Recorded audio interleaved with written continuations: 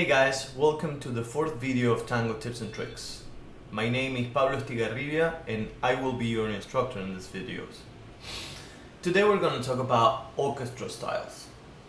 In Tango Tips and Tricks, we have been describing certain parameters that define the tango genre, such as rhythmic patterns and the contrast between rhythmic phrases and expressive phrases.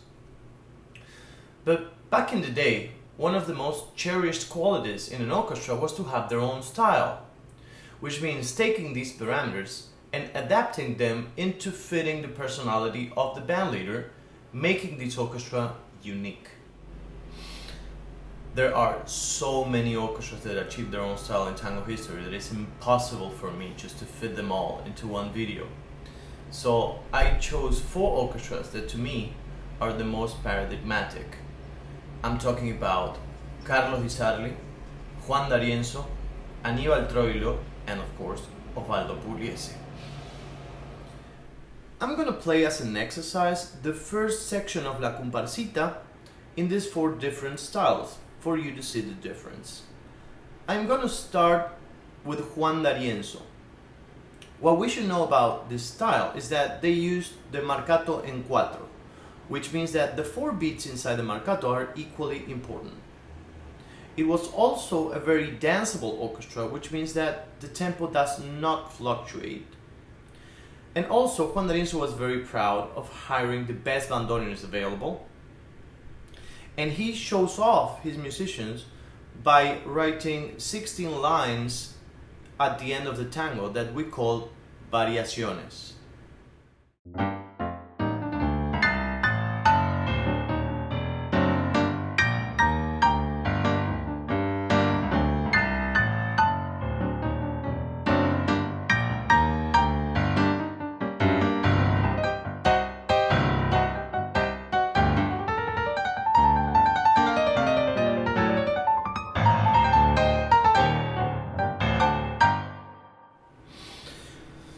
Troilo also used the marcato en cuatro just like D'Arienzo did, but the difference between D'Arienzo and Troilo is that Troilo was a much more expressive orchestra. You might even find some tempo fluctuations in Troilo's arrangement. And Troilo was very famous for his left-hand bandoneon solos. And they were not virtuosic at all. Sometimes they were just long notes, but they were full of tango emotion.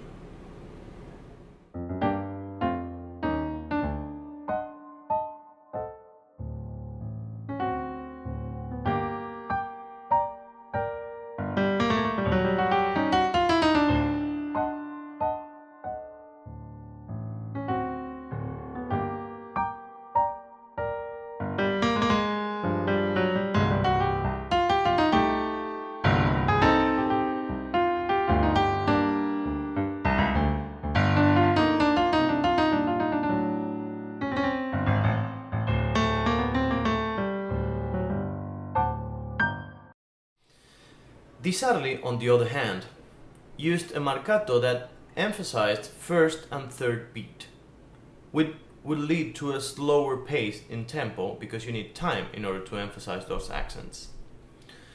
He was also famous because he was a very good pianist, so he would play some piano fills in between the phrases.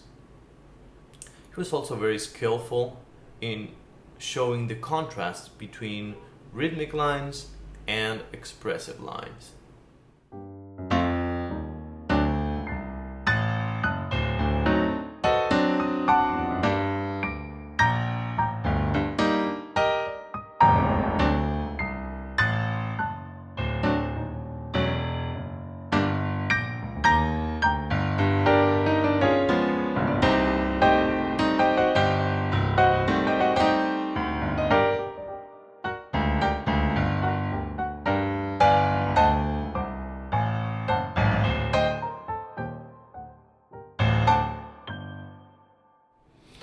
Pugliese, like Di Sarli, also used the marcato emphasizing first and third beat, but he took it to the next level.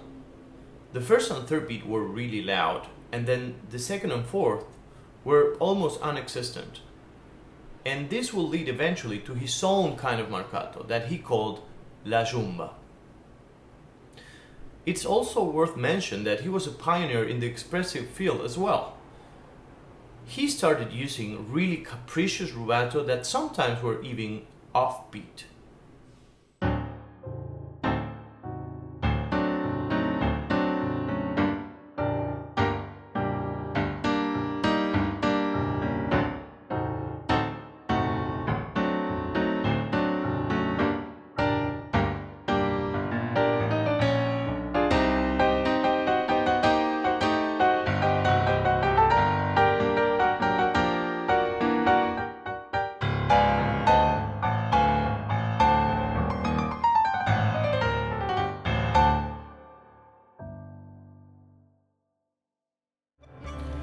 Well guys, that's all for today. I hope you enjoyed this video. If you did, please like and share so everyone gets a free tip on how to play tango.